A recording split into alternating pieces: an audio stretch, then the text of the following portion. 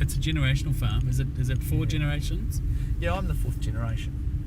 I am, and my great grandfather bought this property in 1911, and it was actually leased out, and he didn't start farming it until 1916.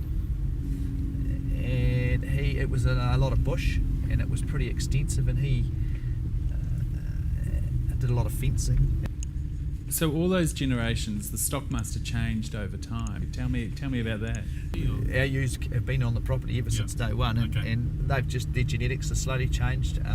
They were a traditional type Romney that came from the Canterbury Plains, and then they were a Coopworth. Yep. When my great uncle was Professor Coop, when he bred the Coopworth, my father put the Coopworth over the Romney, and then when I went to the North Island, we started breeding North Island hill country Romneys because they were from a very similar environment, and they're a smaller sheep, very barrelly and high productive sheep, and we worked out that they would do pretty well down here, and they have. So how do you use Silver Fern Farms, in terms of your business? How do you incorporate them, or how do you engage with them? Well, Silver Fern Farms get all my sheep business, and they're the way they do business fits ours brilliantly, and what our system is that we're summer dry and we're steep hill country, so we can't finish any lambs. My philosophy is to produce as many lambs as we possibly can, and so they are born in September, and we've got 3 months to grow them out to a live weight as heavy as we can. It's normally around 31 kilograms, and then Silver Fern Farms buy those lambs on a live weight basis, and they take them to a finisher who's contracted them to finish them.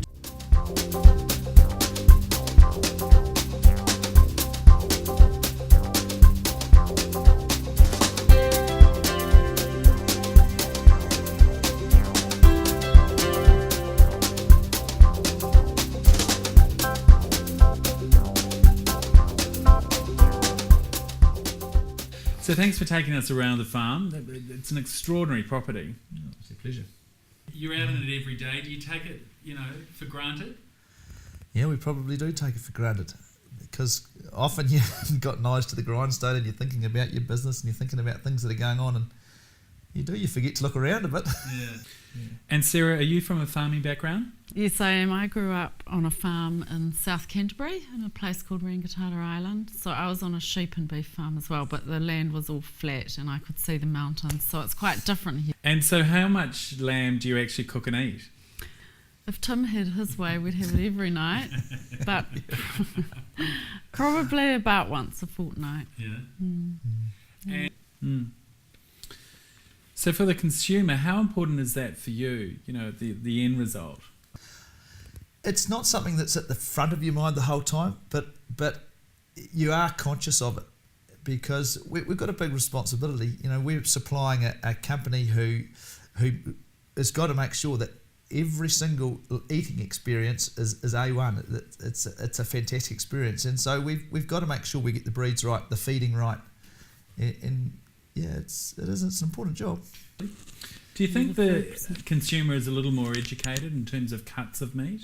Yeah, I think they have got a lot more educated. They've got high expectations, and well, they should, because when you're paying for something, you want to have a really high quality product, and I think now more than ever we can absolutely assure that they're getting that. Yeah.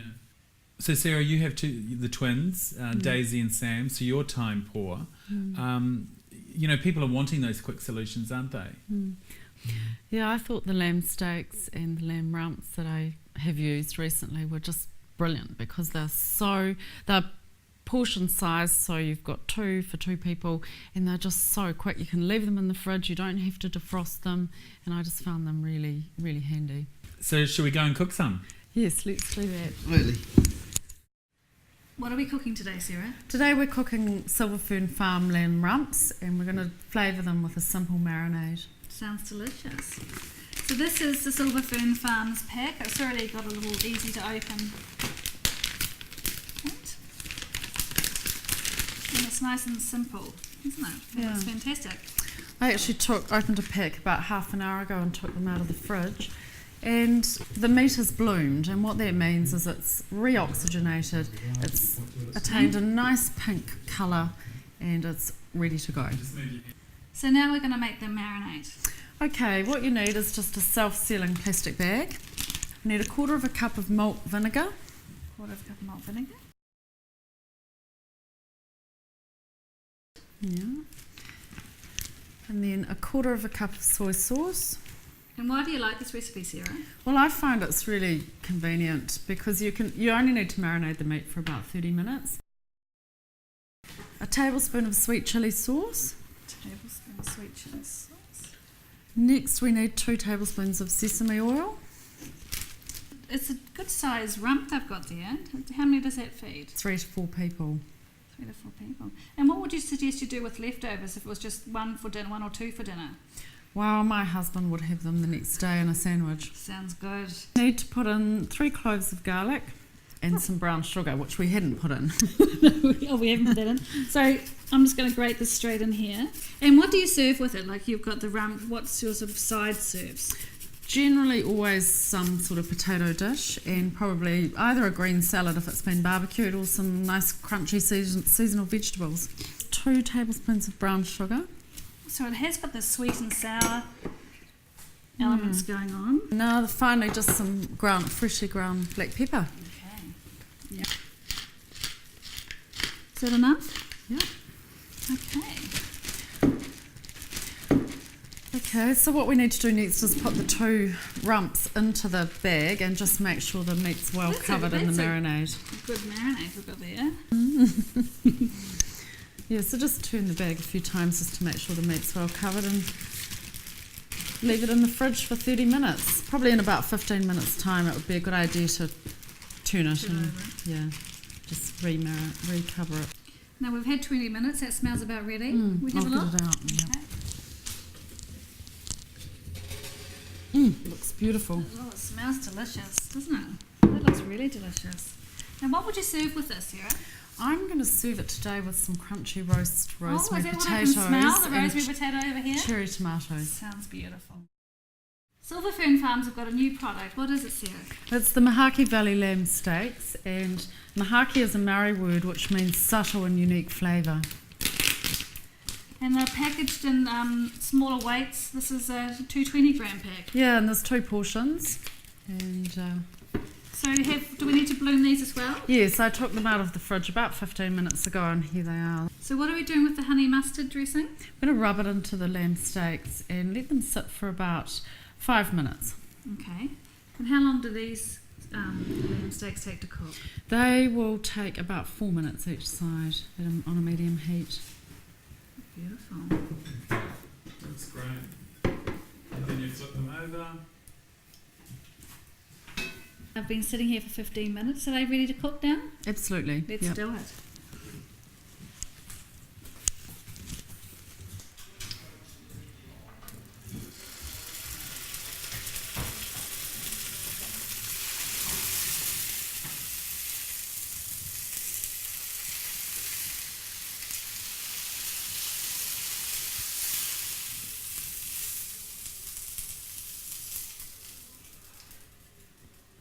This looks absolutely beautiful. It does, and we're just going to rest it now for 5 minutes. Okay. I'm going to serve it on a bed of sautéed seasonal vegetables Yeah. and top it with a bit of fresh parsley. Oh, that sounds delicious. And are these from your garden? Well, these are beautiful. Most of them are. Yeah. They are. Brussels sprouts, for spinach, with leeks. They're all beautiful. This looks absolutely beautiful, Sarah. It does. It doesn't it? It looks tasty, healthy, absolutely delicious. And I have just to say thank you for such a wonderful day. I've just absolutely enjoyed myself. I think the whole team of us have had a great time here on your farm. And thank you to you and your family for hosting us.